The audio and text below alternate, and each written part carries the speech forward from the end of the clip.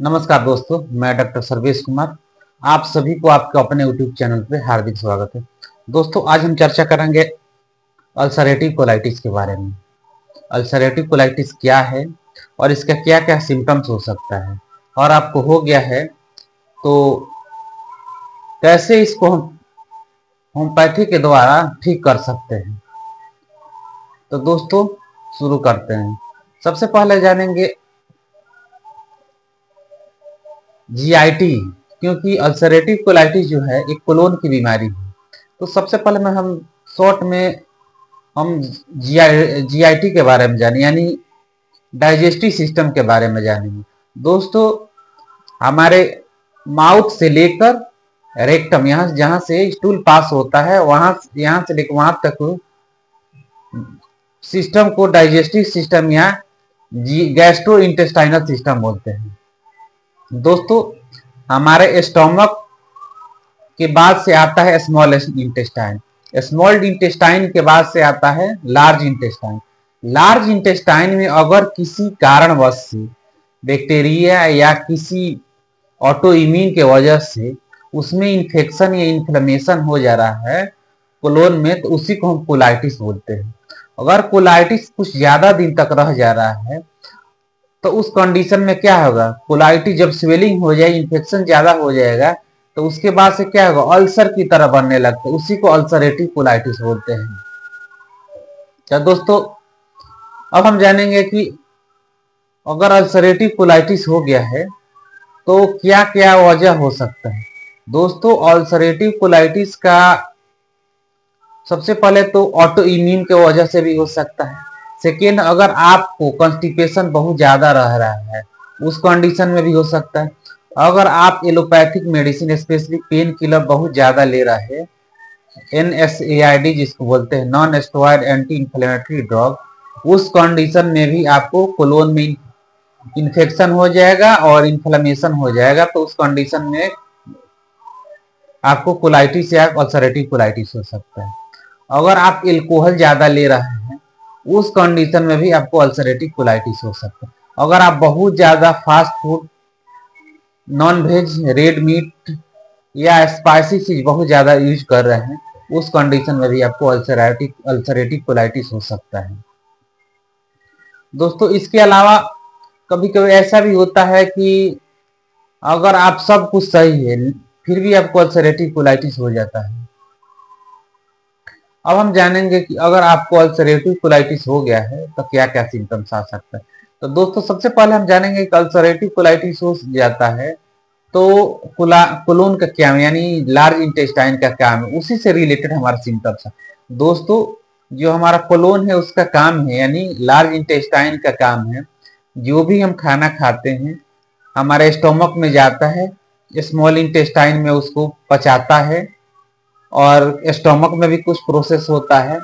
उसके बाद से लास्ट जो जाता है लार्ज इंटेस्टाइन में, उसमें वाटर का एब्जॉर्प्शन होता है और कुछ न्यूट्रिटिव जो रहता है फूड का, उसका भी एब्जॉर्प्शन होता है।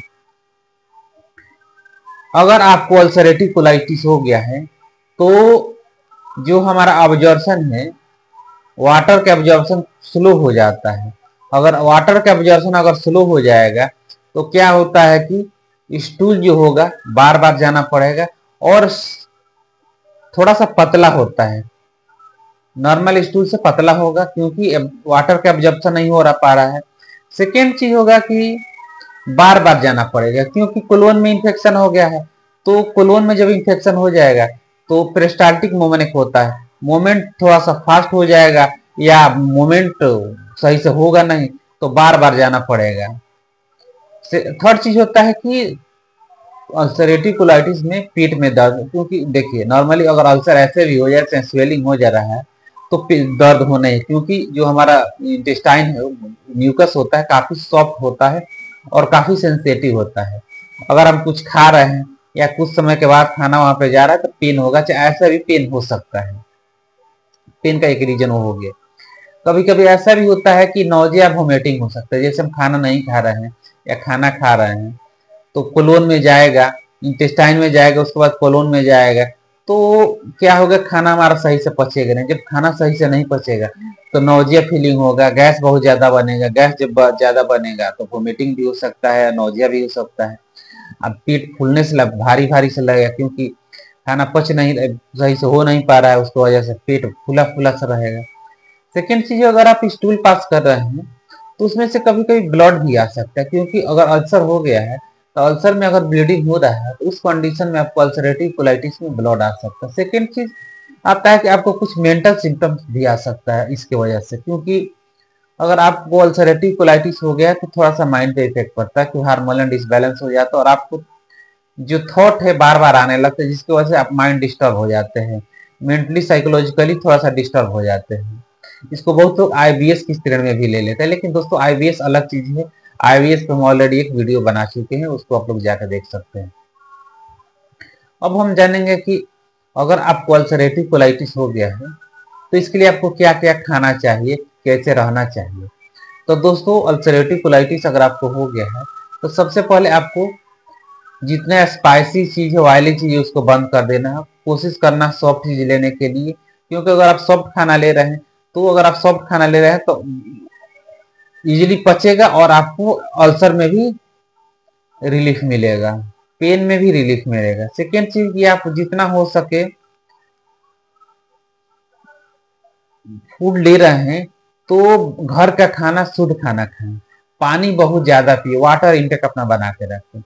अब हम बात करेंगे कि होम्योपैथिक ट्रीटमेंट के बारे में। दोस्तों होम्योपैथिक ट्रीटमेंट के बारे में, अल्सरेटिव स्पेशली अल्सरेटिव कोलाइटिस के लिए आपको सेल्फ से मेडिकेशन नहीं करना है, आपको खुद से मेडिसिन नहीं लेना है। इसके लिए आपको अपने डॉक्टर से कंसल्ट करना होगा।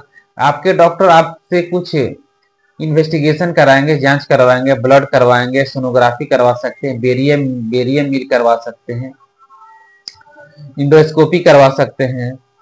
उस कंडीशन में आपको देखेंगे कि अल्सर कहाँ पे है, किस तरह का है। कभी कभी देखा जाता है कि इस अल्सर जो होता है स्प्रेड कर जाता है, उस कंडीशन में आपको डॉक्टर ही आपको बताएंगे क्या मेडिसिन लेना चाहिए। लेकिन कुछ कॉमन मेडिसिन के बारे में बता रहे हैं जो बहुत वर्क है, जिसका अच्छा वर्क है, लोग बहुत ज्यादा यूज, डॉक्टर यूज भी करते हैं और उससे अच्छा रिजल्ट मिलता है। तो दोस्तों हमारी सबसे पहली मेडिसिन है अर्जेंटम नाइटिकम। अर्जेंटम नाइटिकम 30 की आप 4-4 बूंद 3 बार ले सकते हैं। सेकेंड हमारी मेडिसिन है मर्कसोल। मर्कसोल 30 की आप 4 बूंद 3 बार ले सकते हैं। थर्ड मेडिसिन है एलोज सॉक। एलोज सॉक में थोड़ा सा पेन बहुत ज्यादा होता है और स्टूल बार बार जाना पड़ता है, तो उस कंडीशन में मर्कसोल की एलोज की 30 की 4-4 बूंद 3 बार लेते हैं। सेकेंड है, नेक्स्ट है सल्फर।